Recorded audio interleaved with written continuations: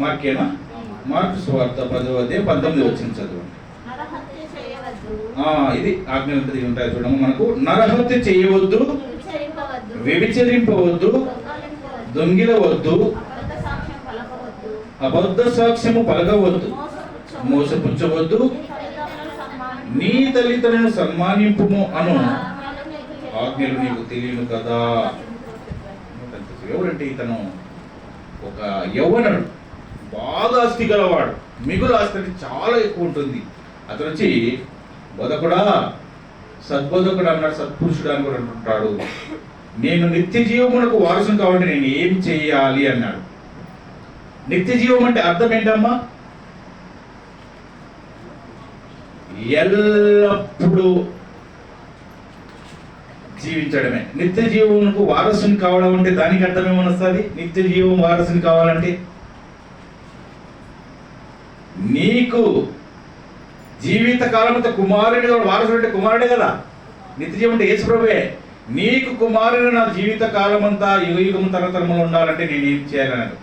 నేను నిత్య జీవమునకు వారసుని కావాలంటే నేను ఏమి చేయాలని. నిత్య జీవం అంటే ఎవరు? యేసు ప్రభువే. నేనే మార్గమును సత్యమును జీవము అంటున్నాడు కదా. జీవమునకు వారసు అంటే కుమారుడు. నిత్య జీవమునకు నేను వారసుని కావాలంటే నేను ఏం చేయాలి అంటే నీకు తెలుసు కదా.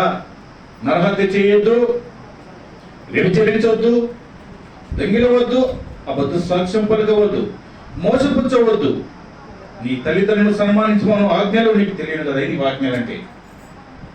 నరహత్య అంటే మనిషిని ఏ రకంగా చంపినా సరే ఇది ఆజ్ఞాతికమవుతుంది. మరి తల్లిదండ్రులను సన్మానించాలి. అబద్ధ సాక్ష్యము నేను ఎన్ని లక్షల కోట్లు ఇచ్చినా కూడా చెప్పకూడదు. అది అబద్ధ సాక్ష్యం కోర్టులలో రకరకాల ఊళ్ళలో చెప్పిస్తుంటారు. వీళ్ళు దేవుని రాజ్యం చేయడము అసంభవం, జరిగే పని కాదు. అయితే మోసపుచ్చవద్దు అంటున్నాడు. మోసపుచ్చడం అంటే డబ్బు తీసుకుని నాకు ఇవ్వాలని చెప్పడం, మనిషిని ఒక ఊరికి తీసుకుని అక్కడ వదిలిపెట్టి రావడం, ఒక మనిషిని నమ్మించి మాయమాటలు చెప్పి మోసం చేయడం, ఇదే మోసం అంటే. మోసపుచ్చవద్దు. ఇంకోటి వ్యభిచరించొద్దు అంటే వ్యభిచారం. భర్తలు ఉన్నా సరే ఇంకొక వ్యక్తితో పాపం చేయడం, ఇది వ్యభిచారం. భార్య ఉన్నా సరే ఇంకొక స్త్రీతో పాపం చేయడం, ఇది వ్యభిచారం అంటే. ఇంకొకటి దొంగలవద్దు అన్నాడు. దొంగలవద్దు అంటే దొంగతనం చేయొద్దు.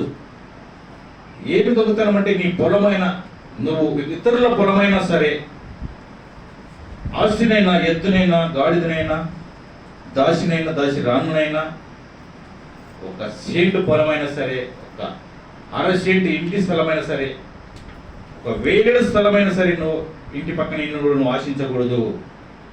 ఇతరులది చేయాలి. దేనినైనా ఆశించొద్దు అంటున్నాడు. ఇదే ఆజ్ఞలు. దీని ప్రకారం నడుచుకుండా